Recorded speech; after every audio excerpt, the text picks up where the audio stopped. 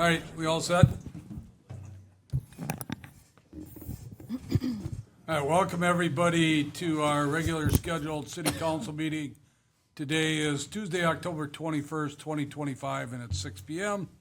I'll call this meeting to order, and we'll begin with the Pledge of Allegiance.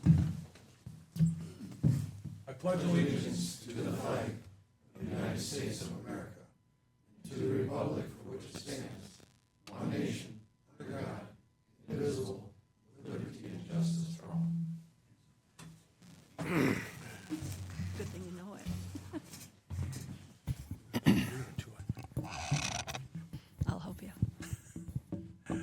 All right, Barb, would you please read the clerk's open meeting statement for us? This meeting and all meetings of the Common Council are open to the public. Proper notice has been posted and given to the media in accordance with Wisconsin state statutes, so the citizens may be aware of the time, place, and agenda of this meeting. And would you also take roll for us? Mayor Smith, Here. Colin Dykstra, Here. Paul Hagan, Here. Eric Halverson, Here. Dimitri Martin, Here. Paul Mayo, Here. Corey Nagel, Here. Eric Olson, Here. Dave Peterson, Here. Scott Perchatsky, Here. Henry Veliker. Here. 10 present, we have a quorum. Thanks, Barb. And you want to start the introductions of the department heads, please? Barb Nowak, City Clerk. Josh Finch, City Administrator. Eric Bailey, Library Director. Juliana Stoes, Community and Economic Development Director. Stephanie Wright, Finance Director. Justin Behrens, Director of Public Works. Laura Colbert, Parks and Rec Director. Pete Krager, Chief of Police. All right, and of course, as always, Josh is in the back room operating the dials and the whatever back there. All right, we have, sorry, I didn't know where I was going with that. The next up is the consent agenda. If there is any items that you see on the consent agenda that you would like to see moved to the regular agenda, this is the time to make a motion to move those. If not, we'd be looking for a motion to approve the consent agenda as printed. Move to approve the consent agenda. Second. Motion by Olson, second by Peterson, that we approve the consent agenda as printed. Any discussion? All in favor, signify by saying aye. Aye. Against, say no. Motion carried. Under the regular agenda, there are no new items to report, so again, so that we can move forward, we just need a motion to approve the regular agenda as printed. Move to approve the regular agenda. Motion by Hagan. Second. Is that Eric? Yeah. Second by Olson, that we approve the regular agenda. I'm gonna sign you guys. Never mind. All in favor signify by saying aye. Aye. Against, say no. Motion carried. Under non-agenda items, we have a proclamation. It's a Snow Fighters Appreciation Day, and that's on page 89 of the packet. Mayor,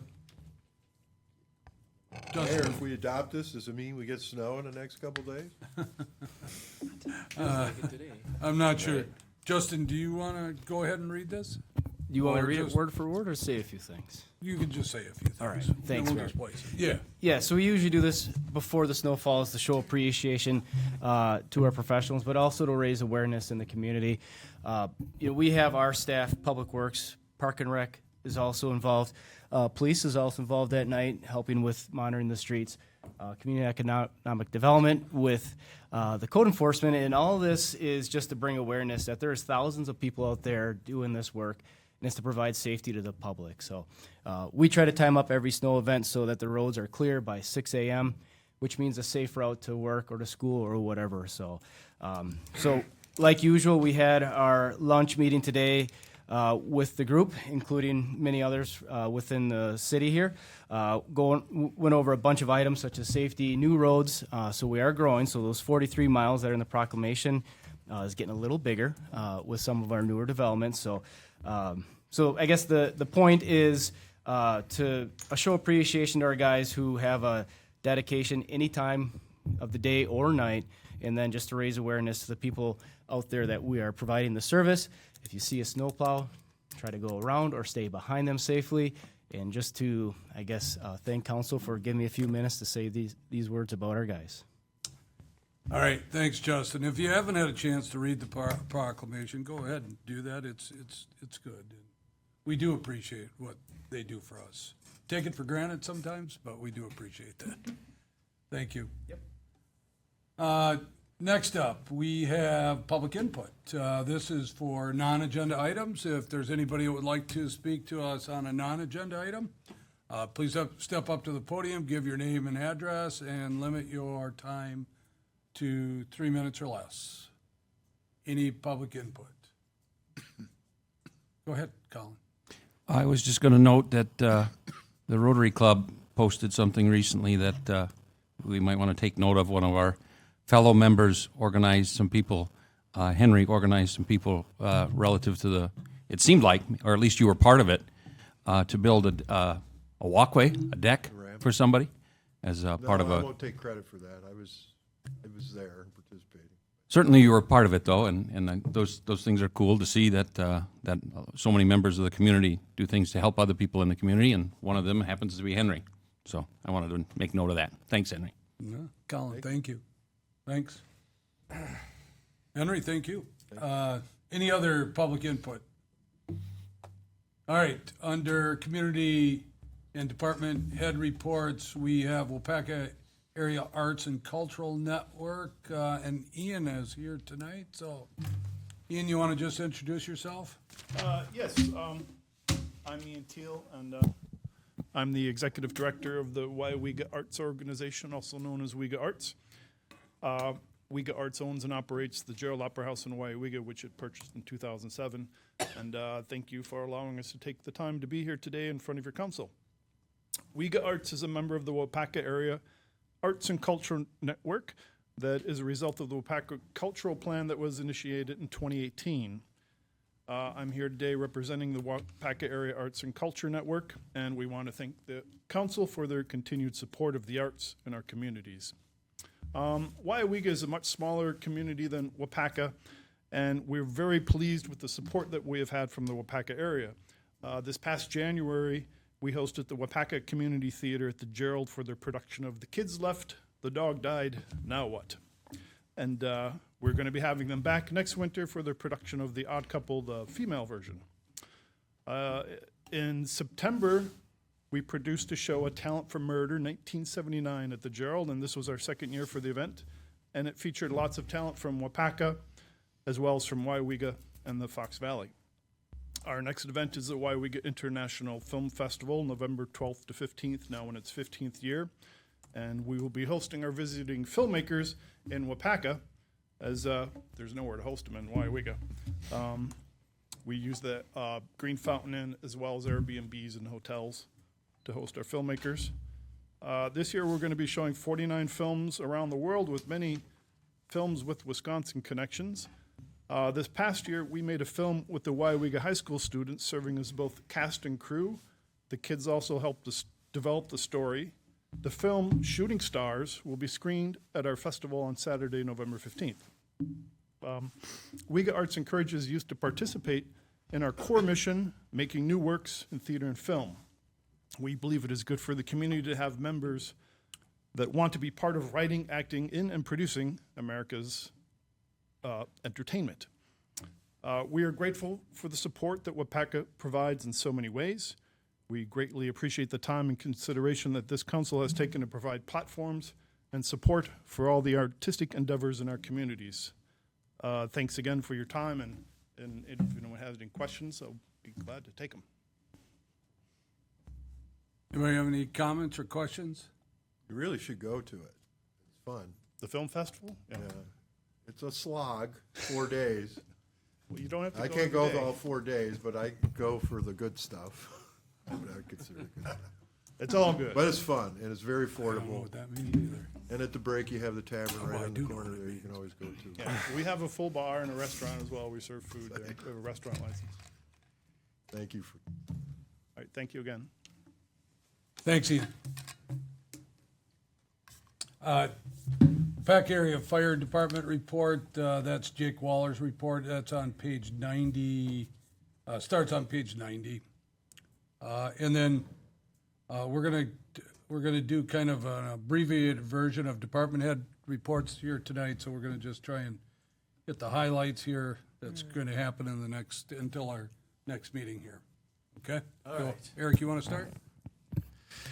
Absolutely. Flip the timer for me. All right. So Halloween on Main is going to be this Friday. Library will be out there along with a lot of other groups within the community, so I encourage you to stop by and check it out. I'm happy to report that the library is expanding our public computer access. We're adding 3 new workstations for the public, courtesy of the Friends of the Library. We're working on a new long-range plan. Unfortunately, this last month, our primary wholesaler for a lot of our materials, somebody who'd been in business for 200 years, which is crazy to measure out, closed, so still working on how that's going to impact operations and budget. And last but not least, we are updating hearing loops thanks to some contributions from Winchester Academy and the Friends of the Library. Thanks, Eric. Any questions or comments? All right, Juliana. Thank you. For the Community and Economic Development Department, our key development update is on the multifamily development on Division Street and Badger, which is finishing up the last items to pass its final inspection, hopefully within the next week.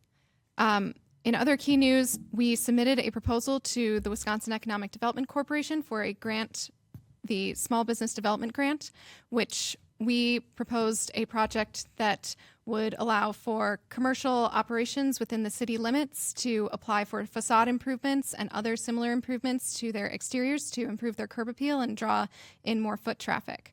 We have a specific focus on properties facing the Rotary Riverview Park so that we can continue to act upon our plan goals from our riverfront plan and from our downtown plan to continue to connect our riverfront properties to the downtown district. And finally, we've done some improvements to our customer-facing permit processes, including adding new checklists for certain permit processes, including chicken permits, developing new forms for requirements where there was no previous guidance, reopening the window at City Hall to have more public-facing opportunities with our planning and inspection teams, and also providing guidance for airport tenants to navigate permit processes as we see an uptick in development at that property. Thank you. All right. Thanks, Juliana. We're still working on the first 3 minutes here, so we're Okay, doing well, let me help you speed through that. Just finishing up the budget, which you guys will see the presentation tonight, and we will start prepping for tax roll and the audit. That's it. All right. Thanks, Steph. Justin. Thanks, Mayor. At the wastewater plant, we had a compliance inspection done by the DNR.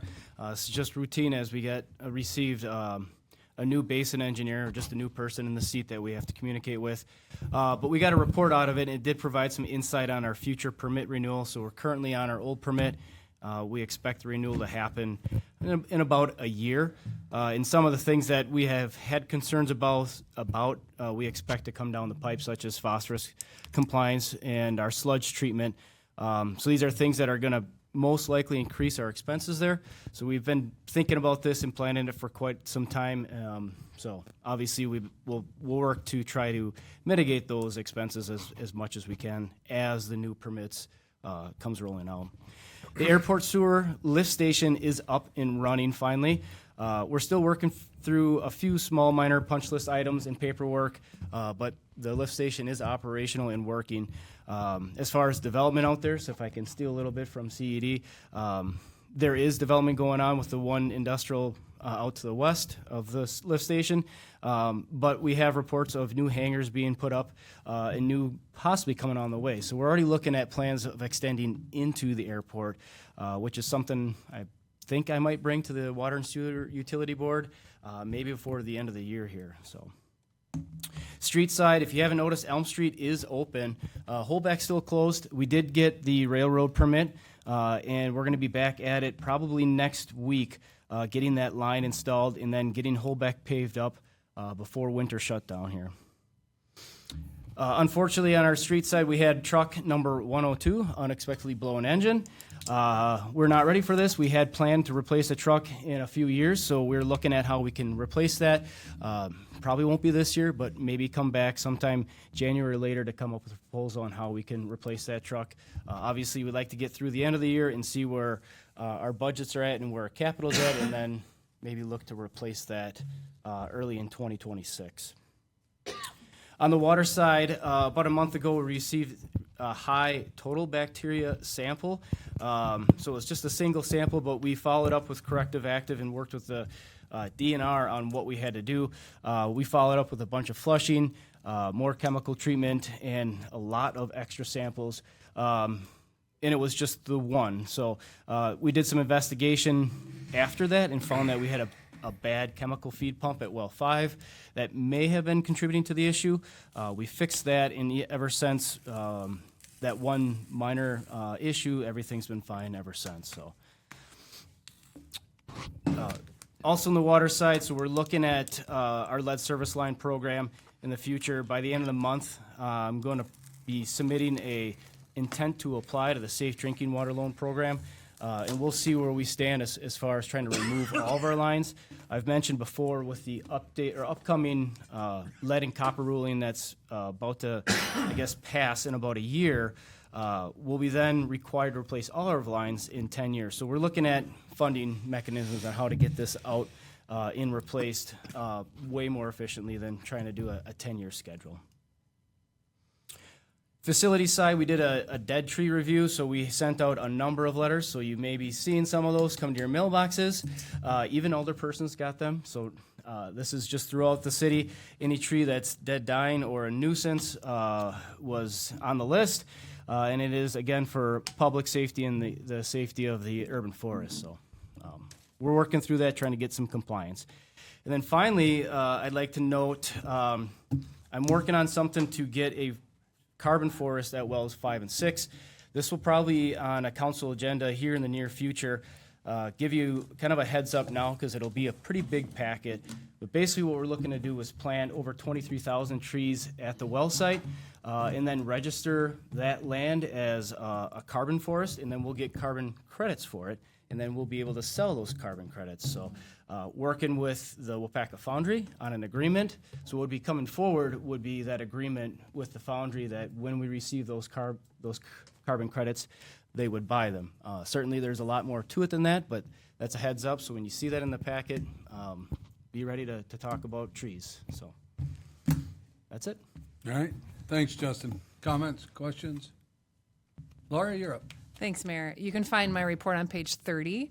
I have started adding the different change orders that are occurring at our rec center expansion, so to keep you privy to that information. And I'm also sharing what we've paid out so far versus what we've been reimbursed from the state. And the state has been really good about getting those reimbursements to us within a week or two. So we're happy about that. We are putting a new shed at Swan Park. This is a donation from the baseball board and softball board. They are fully paying for it, and that will start going up this fall. So if you see more construction out there, that's what's happening. Our Community First Lakeman Field renovation is going to look very much completed within the next month. There will probably be some stuff internally that we'll be doing through the next spring, but it's going to get sided and stuff before I hear deer hunting season. And our Eco Park fundraising, we acquired a DNR grant for $64,000, so we're up to $130,000. We met this week to create another fundraising plan. Our goal is still around $400,000, so we're gonna do another push yet this fall. Already mentioned Halloween on Main this Friday, 4 to 6 p.m. And we have our Wood Carvers show on November 2nd, and that is from 9 to 4 at the Rec Center. And last, and probably not least, we have opened up 2 different pickleball classes to the community. So this is hot off the presses. We are going to offer a Pickleball 101 for adults at 5 p.m. on Mondays for 6 weeks. And then we are also, right after school, going to have a youth intro to pickleball for grades 3 and 4 and grades 5 and 6. Cool. Thanks, Laura. keeping up with the new sport through, well, I guess it's not new, but it seems to be catching on faster and faster, doesn't I it? didn't know pickles meant.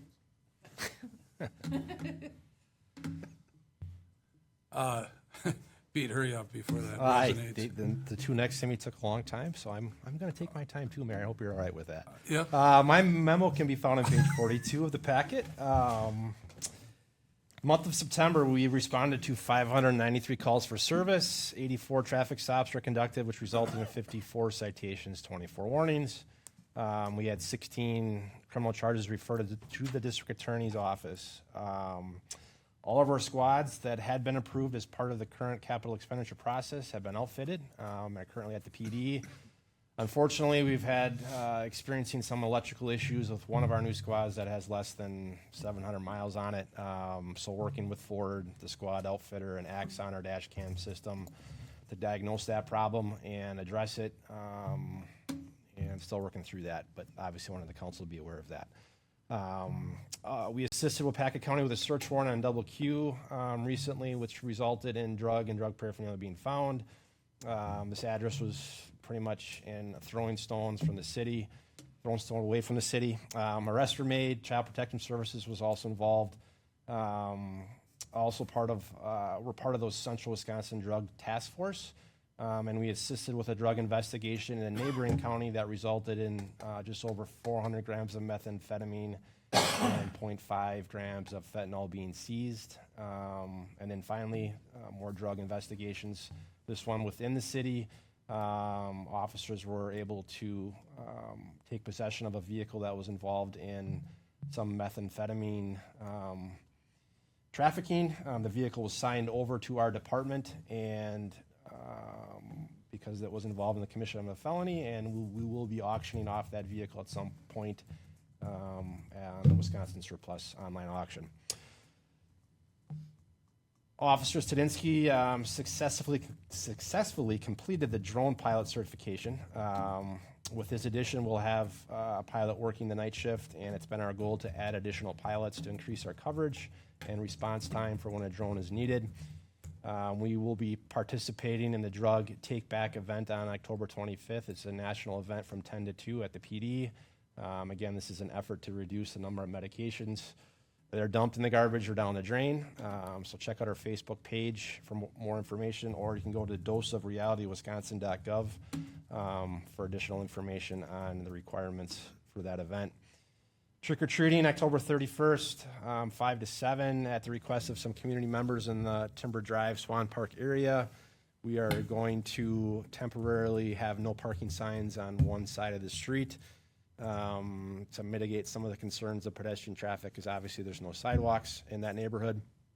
Additionally, we're going to have the speed board put up starting next week. We currently have it on Elm Street, and then we'll be actively patrolling that neighborhood during that event. Officers will also be tasked with conducting compliance checks with Department of Corrections, Probation, Parole of the sex offenders that live in our community that have specific requirements during the trick-or-treating event, so we'll be involved with that as well. And then the Halloween on Main event, we will have our setup there with Theta Care offering child safety kits, partnering with them. They will be taking DNA samples from the children, and then our staff will take fingerprints of the kids, and then the packets will go with the parents for safekeeping in the event that a child goes missing. It's great to have that stuff. So if there are any questions, that's all I have. Thanks, Pete. Yep. Josh? Our new staffer that joined Waupaca Online has given us 2 weeks' notice. He got a opportunity that makes a lot of sense on a personal level for him, so it's actually a good thing. One of the comments when we debriefed after interviewing candidates is we wish we could hire both of them, and I didn't think it was going to work out that way, but the other candidate will be joining us the first week of November, and we're excited about that because they were both for filling a part-time job. You don't always get people as qualified as what we had this time, so it's working out really well. The other one had some really great experience, too. I've been working just on some small equipment replacement. I've been replacing some routers that I've had in service for 10, 12 years. Replaced a couple multifunction printers. I'm going to be replacing a couple tablets at the water department. Staff has done a couple different activities in the past few weeks. We attended a statewide community media workshop a couple weeks ago. Wayne and I hosted some students from the Chain Exploration Center for a field trip who are interested in news and media, and they came down to tour what we had. They had a lot of fun in this room. They liked the microphones. We might have a couple future elected officials in that group that had a lot of questions about what goes on in here as we showed them around, so that was fun. And then our online staff, we went to the state capitol last week, had a chance to talk with our state rep a little bit about internet, and got a really cool behind-the-scenes tour of the state capitol that the public doesn't always get. And then thanks to all the digital evidence the police department has, I've been exhausting space on both our cloud and internal data backups, so I've been working on upgrading those systems for more storage space to make sure all of our data is secure. So that's been ongoing, swapping out hard drives and getting more cloud backup. That's all I've got. Thanks, Josh. Questions? All right, Barb? Thank you, Mayor. My memo can be found on page 46. The only thing I have out of the ordinary is I am attending a gubernatorial election academy next week. It's via Zoom, so I can just do it in the office. Tuesday, Wednesday, and Thursday. And that's it. Thanks, Barb. Josh? Thanks, Mayor. You can find the start of my report on page 47. I'm going to just kind of highlight a cool thing that I got the opportunity to do. To start off, I do want to thank Matt and Brittany for the opportunity because I got to go flying with them. So that was a really cool, unique experience, being able to see Waupaca from the air and getting to kind of see the whole aerial shot of it. And then a few weeks prior to that, thank you to the chief and Officer Bush for the opportunity to do a ride-along. I got to spend 6 or so hours doing a ride-along with them, and it was very insightful. Saw a little bit of action actually during the day, so it was incredible to see what they have to deal with on a day-to-day basis, and truly commend them for everything that they do and the protection of our community. So very insightful, and I'm looking forward to continuing the conversation that we've been having about where things are at and where we're trying to go. Any questions? Thanks, Josh. All right, let's go on. Let's move on then to unfinished business. We have ordinance number 12-2025. This is an ordinance amending 14.05, Parent 9, minor repairs of municipal code of the city of Waupaca. This is the second reading, so it's anticipated that we vote on that tonight. Juliana, you want to just update us on, or just remind us exactly what this is about?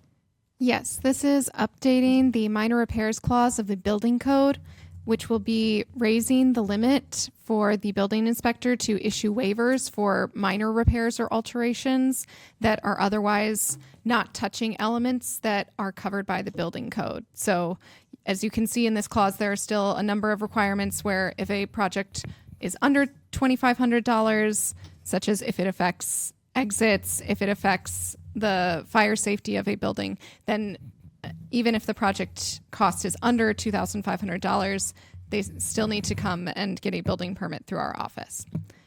This offers an alternative for smaller scale remodels and alterations, both residential and commercial, to get written authorization to waive the requirement for a building permit. Thanks, Juliana. Anybody have any questions on that? Otherwise, we'd be looking for a motion to approve this ordinance so we can get it into our system. Anybody would like to make a motion to approve ordinance number 12-20? Move to approve. Second by Olson, second by Dykstra, that we approve ordinance number 12-25. Any discussion? If not, Barb will call the roll. Paul Mayo, Aye. Corey Nagel, Aye. Henry Veliker, Aye. Eric Halverson, Aye. Dave Peterson, Aye. Colin Dykstra, Aye. Dimitri Martin, Aye. Paul Hagan, Aye. Eric Olson, Aye. Scott Perchatsky. Aye. 10 ayes, motion carried. Thanks, Juliana. Next up, this is new business, so this is actually the first reading of ordinance number 16-2025. It's an ordinance amending Chapter 7.05, Parent 9, Parent A of the Waupaca Municipal Code as it relates to penalties for parking violation. Pete, you got your name on this one. Yes, sir. Thank you, Mayor. This memo can be found on page 96 of your packet. So just to give the council a little background on this, our penalty amounts for parking violations have not been adjusted since 2016. So this obviously brought my attention to this proposal because it has not been adjusted since then. At that time, our first offense parking was increased by $3 to its current rate, which is our first offense overtime parking of $5. To give the council some more background, typically the majority of our parking citations that we issue from the PD are for overnight parking. Overtime parking. Strictly the downtown Monday through Friday 2-hour limit for $5, and the overnight parking, which is enforced every night, and that current rate is currently at $15 for that violation. So those two are our main parking tickets that are issued by our department. Looking at the comparisons within the county and in our neighboring jurisdictions, we pulled Clintonville, New London, Waupaca, Menasha, Appleton, and Green Bay. The average cost with those jurisdictions for a parking citation fine is $20. And again, our current first offense is at the $5 rate. If you would just take the internal county comparisons, Clintonville, New London, Waupaca, our rate would be, or the first offense would be at $33 if my math is correct. So we are looking for a recommendation for approval to increase our parking citations by $5 to be at or closer to the comparable average. The $5 increase will get us to the comparable average for our overnight parking, which will increase from 15 to 20, and then we'll be closer again with the overtime parking from $5 to $10 for first offense. This was presented to the Police and Fire Commission last week. They support this change. And again, as the mayor stated, this is the first reading. No action is needed at this time. And then the following documents are the proposed change and then the strike through showing the current rates and the proposed changes by $5. All right, thanks. Chief, anybody have any questions of Chief, of what Chief gave you? All right. Actually, I have a question. Oh, I'm sorry. Go ahead, Eric. How many overtime parking violations are there actually? I mean, is it a big? Overtime, so it's a daily, we go out every day and enforce the downtown 2-hour parking limit. So, I mean, I can get you those numbers. I don't have, but it's quite a few. I mean, typically the offices are averaging, I don't even want to give you a number because I don't have the average in front of you, but we do enforce it every day or look to enforce it every day downtown, the Monday through Friday, Main Street, 2-hour limit. So and that's been done for a long time, is my understanding. So if you want those numbers, I can provide that to you. But there are some times where we seem to issue citations or parking violations to the same vehicle, to the point of it's people are paying to park because it's only $5 at the end of the day. So I look at citations and tickets. The goal of a citation or a ticket is to change the behavior. And if we're continuing to issue the same person for the same violation, that change isn't happening for whatever reason. So that's another reason for this increase as well. So, yep. Henry, go ahead. Well, to your point, Chief, I mean, we would be open to a lot of criticism by raising it, but we have a lot of no-cost parking right off the downtown, right? I mean, we have a lot of stalls. So I think that mitigates a lot of complaints that people should have, if they have any. Correct. And if you're falling in line with other communities. Correct. There's parking close, a block away. Yeah, just to add to that real quick, there are some people that are chronically abusing it, and I would say that they're not normally the customers on Main Street, but they're the employees and the store owners on Main Street that are probably abusing it. So, Pete, appreciate you bringing this forward. We do want to get this under control, obviously. All right, that was the first reading. Let's go to next item under new business. This is the 2026 Gold Cross Ambulance Service Agreement. And Josh, you're on this one. Wonderful. Thank you, Mayor. So in your packet, starting on page 100, you can see the memo regarding the Gold Cross Ambulance Service Agreement. The agreement is the same standard agreement that has been presented in years past. And again, the purpose of this memo is just more or less to request approval to continue our existing agreement with Gold Cross at the established service level, which will now also include the recent announcement of a 5th ambulance, which would be located within the city of Waupaca. So approval of this agreement will formalize the agreement with Gold Cross and ensure the continued provision of reliable services for the city of Waupaca for the 2026 calendar year.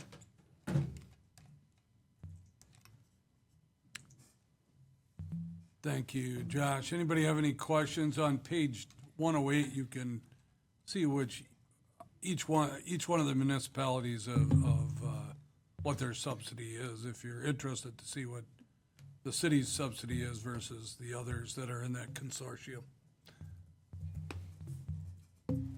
Anybody else have any questions, comments? This is an action item, so if you're okay with this agreement, we would be looking for a motion to approve. Make a motion that we enter into the 2026 Gold Cross Ambulance Service Agreement as outlined by Josh. Packet. Yeah, we have a motion by Veliker. Second. Second by Helverson that we approve the Gold Cross Service Agreement for 2026. Any discussion? Barbara, call the roll. Henry Veliker, Aye. Paul Hagan, Aye. Dimitri Martin, Aye. Dave Peterson, Aye. Scott Perchatsky, Aye. Eric Olson, Aye. Eric Helverson, Aye. Corey Nagel, Aye. Paul Mayo, Aye. Colin Dykstra. Aye. 10 ayes, motion carried. All right, thank you, Josh. Next is the license report number 1739. This is the operator's license. We have 2 people on there. We would need a motion to approve them. Move to approve. Motion by Hagan. Second. Dykstra, second by Dykstra, to approve the license report number 1739. Any discussion? All in favor, signify by saying aye. Aye. Against, say no. Motion carried. All right, we are to, as we promised, we are to the part where we're taking a look at the proposed 2026 budget. And Josh is going to present that. Understand, and he has it in here, so I'm probably repeating what he's going to say. But remember that this is just a look at it. There is a requirement that there's a public hearing before we ratify this budget, and that public hearing will be held on November 18th with the hope that that night that the budget can be approved at that time too. We don't anticipate having any further discussion on November 4th unless we have some items tonight that we need to dig into a little bit more, and then we have to take a second look at this budget at that time. All right, with that, Josh has put together a presentation. I know he sent you the draft of the budget presentation, which I think is very well done. But he's got some graphs here and stuff like that that will hopefully help you to understand what's going on. So, Josh, I'll turn it over to you. Wonderful. Thank you, Mayor. Good evening, everyone. Thank you, Mayor and Council, for taking the time tonight to review the proposed 2026 City of Waupaca budget. Tonight's presentation provides a high-level overview of the city's fiscal outlook, what's driving this year's numbers, how we're investing in our people and community, and what it means for our long-term financial health. Along with this PowerPoint, you've received a detailed budget memo, as well as the draft budget, outlining key assumptions, notable changes, and department summaries of adjustments for 2026. I will reference a few of those highlights as we go on. Before diving into the numbers, it's worth reminding ourselves why we build this budget. The City of Waupaca's mission is to provide services that ensure a safe, vibrant, and connected community. Our vision is to be the community of choice for all people and businesses, a premier place to live, work, shop, and play. This budget is structured around those principles, ensuring stability in essential services while continuing to invest in a vibrant, connected future for all residents and businesses. The city structure continues to reflect our commitment to efficient and responsive service delivery. Personnel costs remain the largest component of our operating budget. For 2026, we budgeted a 2% cost of living adjustment on January 1st and another 2% on July 1st, for a total increase of roughly $157,000 across all departments, including water and sewer. These adjustments help us stay competitive in recruiting and retaining quality employees, especially in a tight labor market. On the benefits side, health insurance premiums are projected to rise about 9%. The city will continue to fund 90% of employee premiums. The 2026 budget centers around three main priorities. First, ensuring the continuity of high-quality services, reliable services that meet resident expectations while enhancing efficiency and supporting community growth through improved processes and strong partnerships with residents and businesses.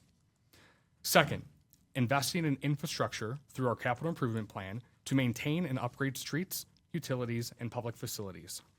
And third, preserving fiscal stability and preparing for future growth by managing expenditures responsibly and planning for long-term sustainability.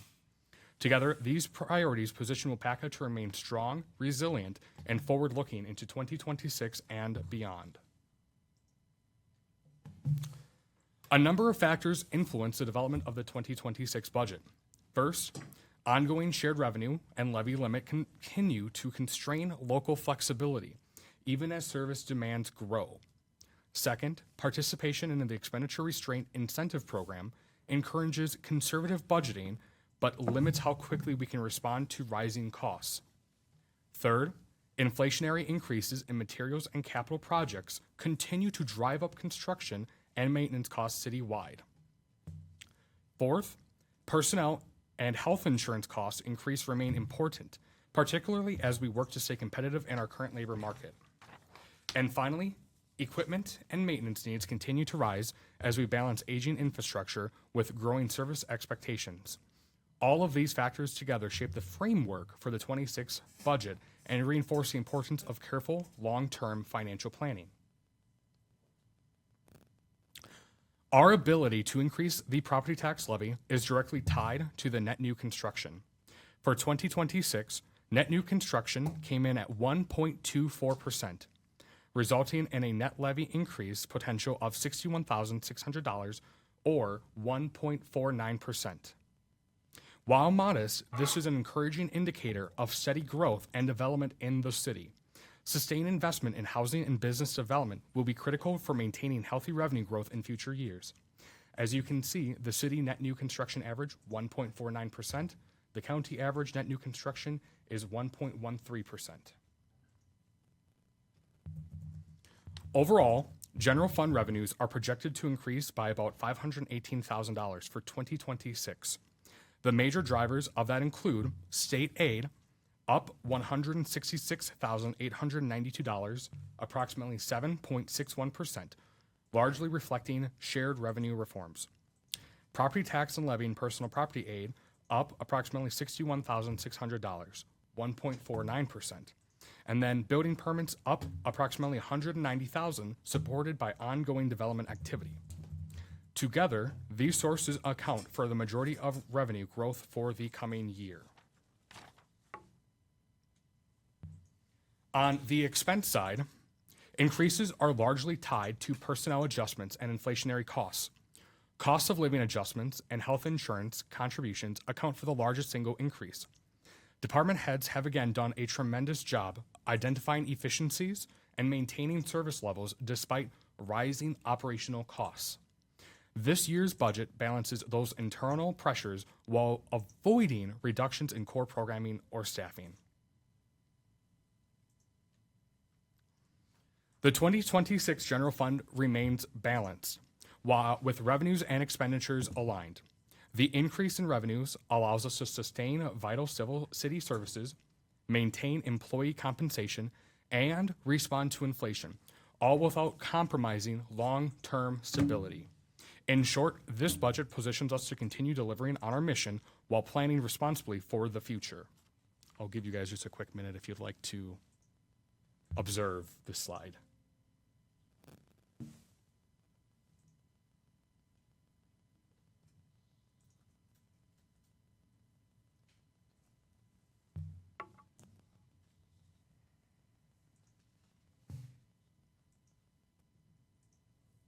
I think this is this unchanged from what they received in the packet? Right? It's the same. Yeah, we have the same numbers, right? Yep. Okay. So So, yeah, if you look at at the packet that was sent out, this would be on page 6 also, if it's easier for you to read it on your screen. okay.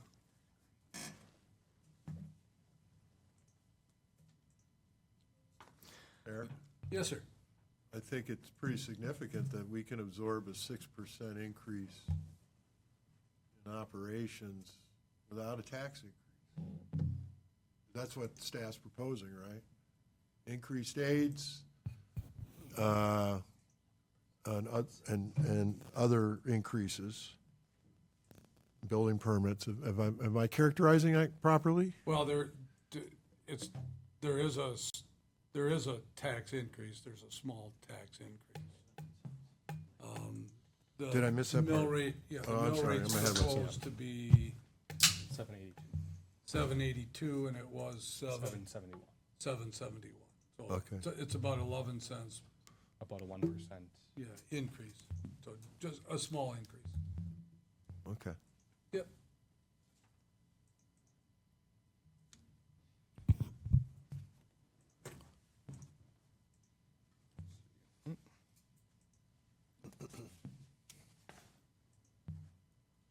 Yes. The city of Waupaca remains in a strong financial position. Our fund balance is within policy targets, giving us flexibility to address future needs or emergencies. We maintain manageable debt levels and a solid credit rating, which, as you can see, is an A+. There are different levels to that capacity with where we are at and where we are positioned. That is relatively the highest point for us at this time without significant changes that we can't necessarily control. But with that being said, taken together, these indicators demonstrate that our financial management practices truly remain sound. So, a few key takeaways. The 2026 budget maintains core service levels while accounting for inflation and personnel adjustments. Revenue growth of roughly $518,000 supports stability without major tax burden increase. The city continues to invest in employees, funding 90% of premiums and implementing a 4% total cost of living adjustment over the year. Fiscal discipline, long-term planning, and controlled spending remain central to our approach. In short, this is a steady, responsible budget that continues to move Waupaca in the right direction. So, looking ahead, the public hearing for the 2026 budget is scheduled for November 18th, 2025, and followed by council action that night.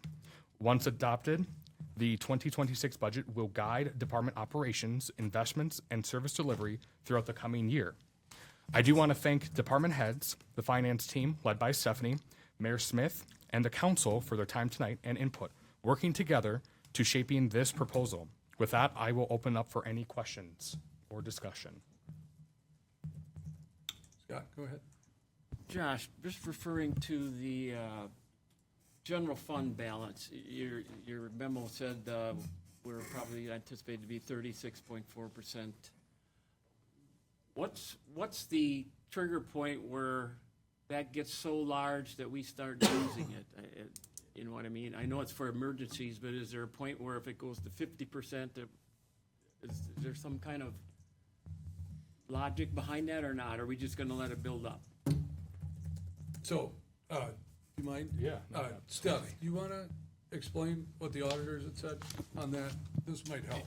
So if you recall back when Baird was here and they did their presentation on, I think it was Baird as well as the auditors. S&P Global, which we use for our credit ratings and our borrow, they look solely at that number to base our credit increase. So because we were able to grow that out of in our policy it states 20 to 25%, S&P is looking at a higher percentage. So we were able to achieve that higher credit rating because of the fund balance growing a little bit. Yes, if it does continue to grow, we will have to look at expenses. We don't want to grow it because that's not being fiscally responsible to taxpayers. So great point. Right now, I think that we're at a really healthy balance, which is helping us achieve those credit ratings. Okay. Okay. Enough said there. Henry, go ahead. Maybe I should have phrased my question differently, my first question. Is the tax increase, the 11 cents, really tied more to our debt service requirement? There's a strong component of that, yes. Yeah. That would be a good portion of it. Right, and we've invested in these projects. We've gotten assistance to structure the debt, and this is how they structured the debt so we can manage our budget. So am I not characterizing, is this correct? We are not raising taxes to meet our operating costs. It is to increase and meet our debt service obligations on our project. Is that fair? Yeah, I would say it's fair. I mean, obviously, we had health insurance increases, other insurance increases. We had the cost of living increase for our payroll and stuff like that. But we are able to use additional revenue that We absorb that with other funds. within that revenue. Yep, Right, so, not taxes. yeah. There's nothing you can do about your debt service payments. Right. You gotta make those, so, and they did go up, obviously. I can say about the debt service that we put together a plan to make sure that that debt service fund stays pretty solvent too, and we're following that plan. Yes. To the T.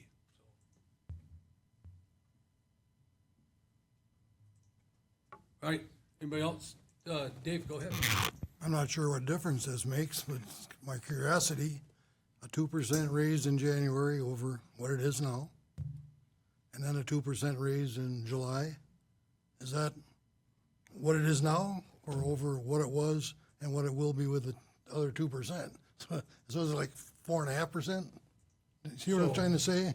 Yeah, so for 2026, if you do 2% January 1st and 2% July 1st, it's actually a 3% pay increase. But then starting in 2027, it will be that full 4% plus whatever increase you do in 2027.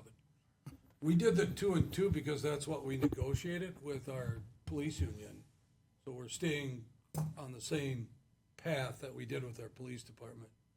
I think we said this at the last meeting, but it's good to remind you of this, that they have a Me Too clause in there, which means that if we were to say, okay, we're gonna do the 4% right at the beginning of the year, then we would also have to do that with our police department too. So we're just trying to stay within what was negotiated.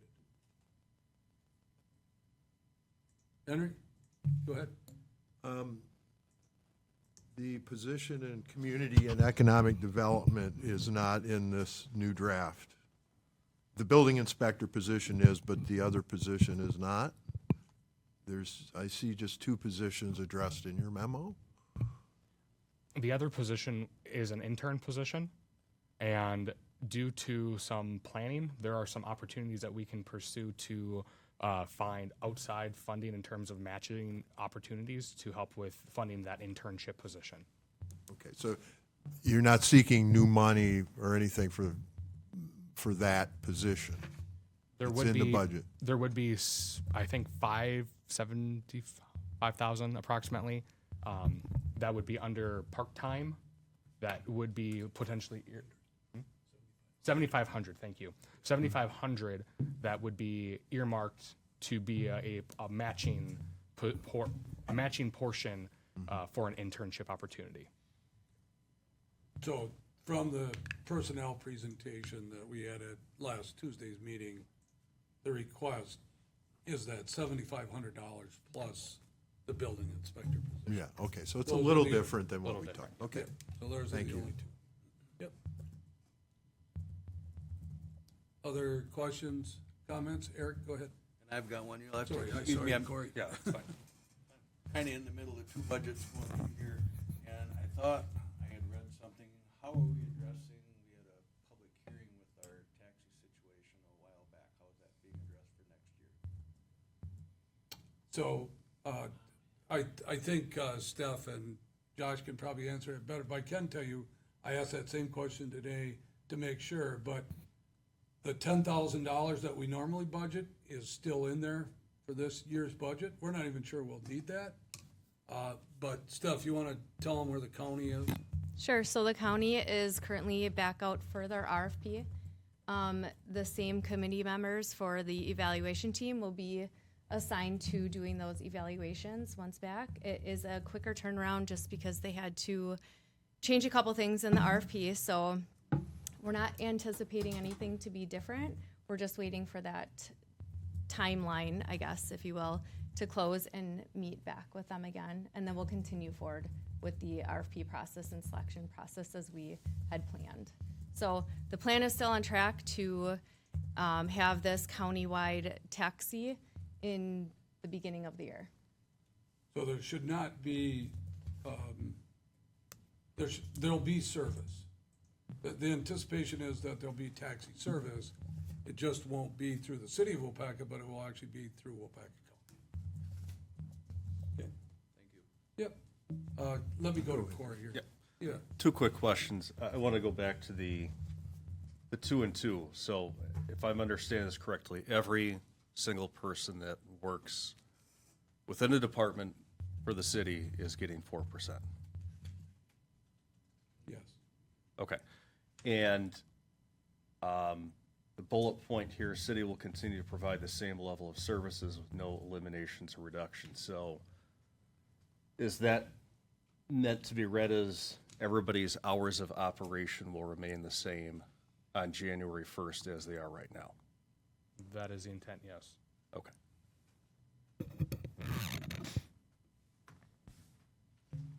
Okay, Henry, you had another one? Yeah, I'm going to talk about transit.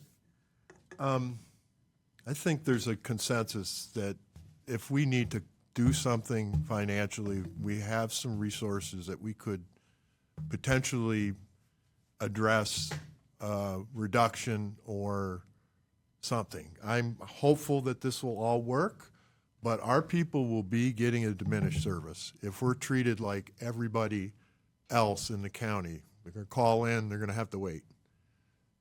You know, there might be an opportunity like we do with the Gold Cross to dedicate a taxi to our city. Do we buy down some fares and have a little fun to buy down fares and be treated like an agency fare like the vet's home used to be with the city? So, you know, if there's an understanding that we can pick this up if we need some more funding, or do we need to put something in the budget or secure some of those reserves that it's an understanding if we need to talk about it, the staff and the mayor, as you work through solutions, you have a little more money than 10,000. Because 10,000 isn't going to do anything. I mean, we should have been funding at 50 for 4 or 5 years, and we weren't. So and we're not running it, and I understand it, but we might have to juice it a little bit to get a higher level of service, because we might see a real cliff here for ridership here. So I don't know how we do it, Mayor. Do we allocate reserve, set aside $50,000 of our reserves. Don't budget it, don't put it up in a contingency, because now it's available for everything. I don't have all those fun terms, Stephanie, but you can actually set aside money and designate it for a purpose in our fund balance. And we're 11% over our target, and I get the bonding, the rating agencies and all, but, to give some comfort level to me, to know that you guys as a staff and the council, when we get ready to talk about it, we've talked about it in the budget process, and we don't have to haggle and say, okay, do we have the money, do we not have the money? It's set aside if we need it. I don't.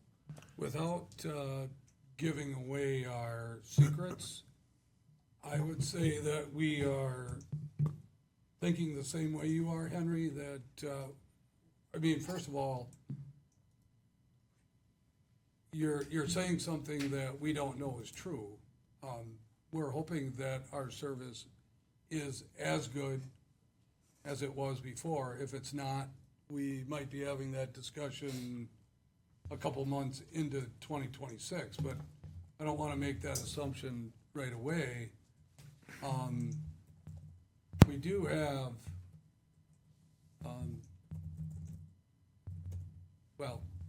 we've been told that $10,000 is probably too much for what the county is asking for. So I guess. I think it's right that it's at that level, Mayor.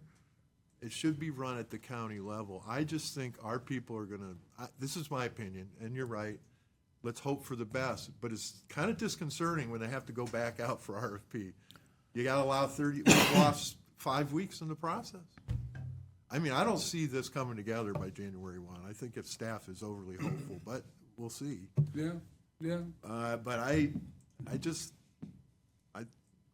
Well, the good news is when they went out to RFP, it was accepted. It was just that there were some clerical errors that were made that forced them to do it again. So we're on the radar there to accept it. Well, I'm sure DOT wants this to succeed, Yeah. right? They want this to happen. So, there's no doubt people are gonna not be picked up within a minute's time or 5 minutes time or whatever. But if you remember, Ryan Brown, when he was here talking about it, he said that's a good thing too, that you do have to wait just in case there's somebody else at that similar location that they can pick up too. So they're not picking up just one person, they might be picking up or delivering somebody at the same time too. So sometimes there's some advantages to it. I fully understand. We do not want to go without transit in our community. But from everything that I'm hearing, I still feel pretty comfortable with where we're going. Good. I might be wrong, I don't know, but I don't think I am. Well, let's I hope think for the Stephanie and Josh can probably vouch the same way for that. Has some staff been on the review committee of this Yeah. staff? Okay, Yes. good. Yep, Good. absolutely. Okay. Thank you. Yeah, any other questions or comments? All right, this is the budget that will be presented on November 18th, and it will be posted in the newspaper. And that's why we're waiting till the 18th. We have to, how's that work, Barb? Tell us again. It has to be published in the paper 15 days before the public hearing. So it won't be able to be published until the 30th of October. Okay. Anybody else? Any other comments or questions? I know Josh just thanks staff, and I do want to thank staff, of course, for working together to come up with a budget, and Stephanie and Josh worked very hard on this and worked together, and this is a whole new process this year, and I actually think it went very smoothly. So I want to thank each and every one of you guys and gals that helped with this. Thank you. All right, we'll go on then. We have, under communications, recommendations of the mayor, I'm actually going to turn this over to Josh, but Matt Klatt from the airport is not here with us tonight, and there's a good reason why he isn't. So I'll let Josh tell you what's going on. So, as everybody knows, Matt and Brittany have been managing and overseeing the Waupaca Municipal Airport for the last 3 years. About 2 weeks ago, they informed us at a department head meeting that they would not be in attendance tonight, and for very good reason.